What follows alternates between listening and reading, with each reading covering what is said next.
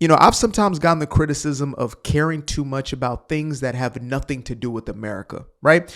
You're an American. You should care about American things. Why do you care about the Jews? Why do you care about Islam? Why do you care about these things happening across the pond? Well, see, here's the thing. I've come to a point in my life where I recognize that a threat anywhere is a threat everywhere. Especially when that threat is quite literally telling you and your people that you are as much of a target as the people who they are currently executing, R-wording, assaulting, and kidnapping. Right? I happen to be one of those type of guys who takes that seriously. In the same way that my president takes that seriously. When Iran says death to America, he believes that in the same way I believe that. And I don't need to look too far to see how real this is. And so if I stay silent about what's happening in places like the UK or places like Israel, then I might as well be burying my head in the sand. I mean, imagine if the average American understood the threat that Islam essentially presented to the Western world or our way of living before September the 11th. Imagine if the everyday person understood just how dangerous this impending threat was. And as opposed to turning a blind eye to it, being ignorant around it or about it, burying our head in the sand, we stood up and said, we're not allowing this in. We need to look at this and pay attention to it. And, you know, it's mind blowing for me that when you have an administration, a government in the United States who is actively trying to weed this threat out, that very same administration is being attacked for, you know, going against free speech. You see all these quote unquote free Palestine protesters all over college campuses harassing, abusing other fellow students, especially those who are Jewish, those who do not stand in allegiance with their own terror sympathizing. You have a president who's willing to stand up to that. And now he's being accused of, you know, going against free speech. But that's a subject for another time. Today, I want to get into something that honestly caught me off guard, which is saying a lot for a guy who is this involved in these subject matters. And, well, I'll let the video play out and then we will investigate this on the other side. Okay, we will make it. Why? Because I like bacon. I say he likes bacon. Oh. Bacon.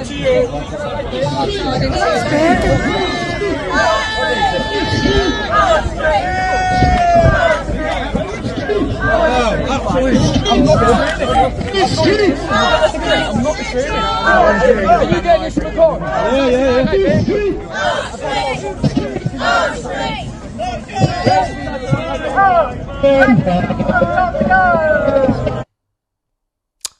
Yeah. This is the current state of the United Kingdom. A man yells out, "We like bacon." That's his counter protest. Now, this seems to be outside of some sort of, you know, jihadist supporting rally that they're having, many of which take place throughout Western Europe. And a man outside of that protest is having his own protest of loving bacon, which is something that I can relate to, right? I know I got a lot of folks out there who don't believe in eating bacon. I do. Now imagine that the police target the man who is crying out, "I love bacon" or "we love bacon," as opposed to the people who are quite literally calling for the eradication of your way of life. You, the police officer. This whole Western civilization thing, yeah, destroy the whole thing. Now, I understand, again, the Trojan horse aspect of the quote unquote free Palestine movement and how they, on the surface, claim to be freedom fighters, right? They claim to be activists. But if you were just to look at just maybe even a layer deeper than the surface, you would realize that these are individuals who believe in what Hamas believes, which is the eradication of the Western world, starting with the Jewish people, the closest first and the rest of us next. As they say, they start with the Saturday people and they end with the Sunday people. And you damn straight that they're going to come for Monday, Tuesday, Wednesday, Thursday, Friday. Okay? So this right here threw me off for likely the same reason it threw you off. A man can be, I don't know if he's being arrested, but he's being detained for saying we love bacon. Now, why is that? Why would that be such an offense? Well, simple. Because Sharia law is quickly becoming the law of the land. And the sensitivities of the Westerner, or more specifically, the liberal, the leftist, the one who stands up with marginalized people, the white liberal, believes it to be offensive if you were to say anything that was in opposition to Sharia law, a law that is in direct opposition to our own Western laws, our own freedom-based laws, which I'm starting to doubt at this point even exist in much of Western Europe or within the European Union as well as the United Kingdom. By the way, I thought that the point of not joining the European Union, Brexit, was so that this wouldn't happen. But it turns out that they pretty much hypersped the entire thing. Like, things are bad within Spain, within Belgium, within, other nations, Italy, etc. But UK is competing for first. And let's just say they're not second place. So that's the first video I came across. And I thought to myself, okay, this is what it looks like when Sharia law is making its way in. And shout out to a man by the name of Dr. Godsad, who essentially put it this way.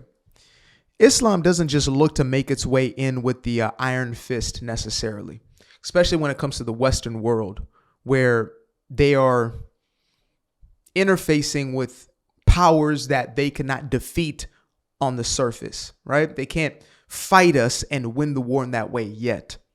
So what they do is three staples, essentially. They look to outbreed you.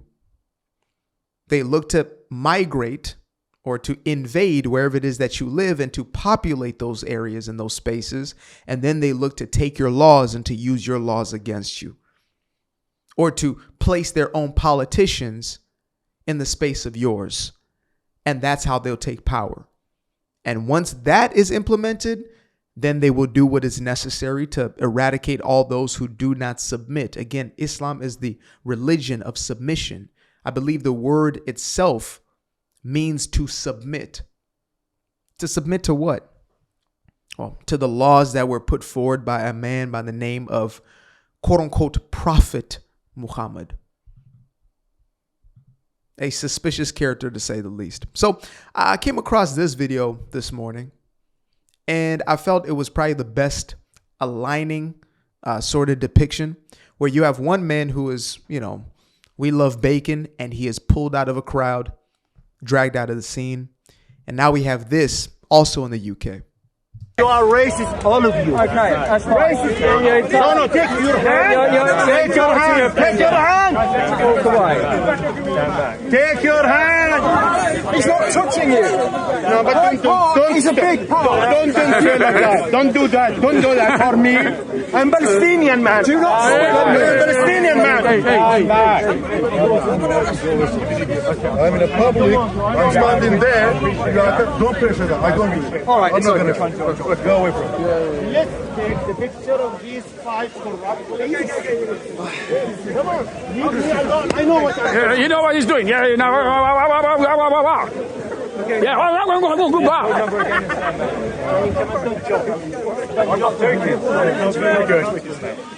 You're messed up in your head, my friend. And you are nothing to me. All of you. Now, there are so many layers to this entire thing. I'm going to start off here. Imagine this man coming from wherever in the world he's from. He claims to be quote unquote Palestinian, which means that he is probably, I don't know, Jordanian or something of origin, because there is no such actual thing as Palestine. And I believe the quote unquote Prophet Muhammad would agree with that. Otherwise, he would have, written profusely about them, but he didn't. Wrote about Israel, but never about Palestine. Imagine that. Now, this guy right here makes his way into the Western world in order to protest on behalf of his own ideology, calling the people who essentially represent where he now lives, where he has been welcomed into, racists. I want to park that to the side for a second. You can go ahead and chew on that as you please. Now, what we have at hand here is a man who is being antagonistic towards the police directly, right in their faces. And in the same United Kingdom, where a man can yell out, "We want bacon," and be dragged by the police because it is offensive to certain people. Should be offensive to the pig, to be honest, the actual literal pig. That guy can get dragged out, and a man can yell in the face of a police officer, pointing at him, "You're racist, this, that, and the third." Man can put his chest on him like that, right? Getting a bit physical. I know, again, he didn't take it all the way there. Some may claim, well, it's just freedom to protest. Does there not seem to be a bit of a hypocrisy here? Why is it that the United Kingdom, if I can even call it united anymore, it's definitely a kingdom. You're just wondering whose kingdom, right? Isn't it interesting how you could live in a place that is your home, with your origins, with your ancestry, and you are the second-class citizen? You are treated as if you are the stranger. You are targeted by your own police forces, all on behalf of an ideology and people who are carriers of this ideology who look to destroy you utterly. That's why I care. Because as special as I believe America is, I also am no longer arrogant enough to think that it can't also be you. You know what I mean? Like, it's real easy to think, well, these things are happening there. That has nothing to do with us. Well, see, here's the thing. They told us it has to do with us. They said it directly. They said, you, America. Yeah, death to you.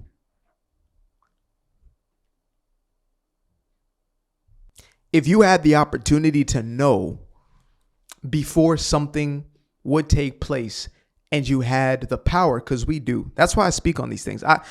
I would not speak on something unless I believed that there's something we can actually do about it. And because we're still in the place where it is a war of ideology, because we're still in that place right now, we still have the power to confront it, to say no to it, to not be afraid to be called racists, Islamophobes or Islamophobes.